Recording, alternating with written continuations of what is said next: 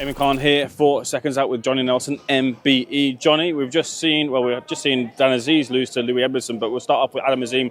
Looked brilliant in finishing Ohara Davies, who's now since chosen to retire. Talk me through what you saw in Azim and Ohara Davies. First of all, enough respect to Ohara Davies for making a decision. In my opinion, that's the right decision. You will need to retire boxing before boxing retires you.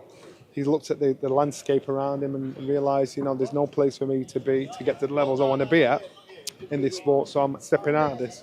Most people stick around for far too long because the money's too good. So he's made an adult, grown-up decision to say, nah, I'm done with that thing there. I think Adam Azim's performance was punch perfect. You see improvement on his defence, on his shape, on his speed, on his accuracy, his intensity, his discipline. So you saw improvements on every level. So a lot of things about being a successful fighter is not just fight; it's the matchmaking. I think this fight, before the fight, on paper, was a tough, dangerous fight just tough, dangerous crossroads for Adam. But he had to get through, and now he's done it. Now it's move on. A lot of people have been talking about the chin check test for Adam. Did he get that against Ohara? Did he pass it for you? No. And people keep talking about the chin check, but why? Why do you need to? Your job is to avoid being hit. Anybody that gets hit correctly on the chin, you're going to go. So basically, he got whisked, but it will happen at some point. But it's not. To me, it's not about that. It's hitting. Don't be hit. Be as successful and as devastating as you possibly can, and keep winning. World level next for Adam Azim? Well, there are domestic fights here, for domestic business here to clean up, to settle arguments. Dalton Smith, you got Harlem Eubank. And I think I spoke to his dad earlier on. He said, what about a soft touch with Florian Marcu?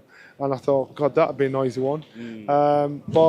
So I think before you truly want to try and establish yourself on the world scene, you need to sort out your business on your own turf first. For you, and forget the critics, but for you to know, I deserve to be here. Imagine there'll be next week a huge public loud call from Eddie Hearn for Dalton Smith versus Adam Azim. For you, though, who would you favour in that fight if it was to be made next? I think Dalton Smith's a brilliant fighter. I think he's a really good fighter. I think Adam Azim is. I think Adam, when it comes to maturity, I think Dalton's probably matured quicker than Adam. But you saw with that performance there, and maturity's kicked in at last, so it's catch-up time. So that's a really tough fight, and I would struggle to lean on who I'd expect to win. But you're talking about two talented fighters there. Before that fight, I just said Dalton Smith, and now you got to think, he's showing maturity. So good on him. What do you think to Anthony Yard shaking off some rust? He said there was a lot of rust on him, and Wilkins proved to be tougher than he thought he would be. But Yard ready for Boatsy next? Yeah, but these things happen. We've seen it before where you get in there with an opponent that you think's nothing, and you underperform because you think it's a walk in the park. And as Anthony said, maybe in a knockdown in the first 30 seconds of the fight was the worst thing that could have happened because you get complacent. And he did. And then he realised when he wanted to take him out, he couldn't take him out. So it kind of didn't put on the show he wanted to put on, but still got the win. The responsibility of both Anthony Yard and Joshua Boatsy is to convince the public that this is a good fight. It's a good fight. So if they want the money that they're trying to command, they've got to remind the public why they've got to give them that, pay them that kind of money to do it. One of the boxers' good stories is what they've done with Dan Aziz, but he suffered defeat to Louis Edmondson, and he was the more experienced fighter here. Great moment for Louis, but what about for Dan? For Dan, again, styles make fights. Louis found a blueprint to beating Dan, which is don't stand in front of him. Try and be as unorthodox as possible, because Dan is very good at getting into a rhythm and getting stronger towards the back end of the fight. You stand there toe-to-toe with him, that's Christmas to him. Dan, as to me, is one of the nicest guys, if not the nicest guy in boxing, in British boxing. So I'm gutted for him, but that's our game. Did you see Shannon Courtney defeat on a comeback fight as well? I saw Shannon, spoke to her afterwards, and I know she'll be absolutely heartbroken and gutted. But I said, Shannon, look, you've got to look at what you did, look at what you didn't do, go back, fix it, and keeping on. Because if you give up and walk away, it'll affect every aspect of your life. And so I understand the heartbreak. That's part of the game. And I'm glad she's upset because it'll make her angry and fierce to think, right, I'll fix that again. I saw Francesca Hennessy. Fran, you know, the boxing ability is brilliant. She's got a fighting lioness's heart, and it was a good win for Fran. And people missed the fight. Your thoughts on some of the wider sphere of boxing? First of all, there's been some back and forths, continued back and forths between Frank Warren and Ben Shalom surrounding the issue, a supposed issue regarding Fabio Wardley's gloves in the fight with Frazer Clarke. What's your thoughts on that? And is there any legs, do you feel, in the glove gate, as it's called? Well, you're talking to an ex-fighter, and two promoters are talking about the gloves of fighters. Now, if anybody's going to complain about the gloves, the complaint should be from the fighters. So Ben's in no position, Frank's in no position to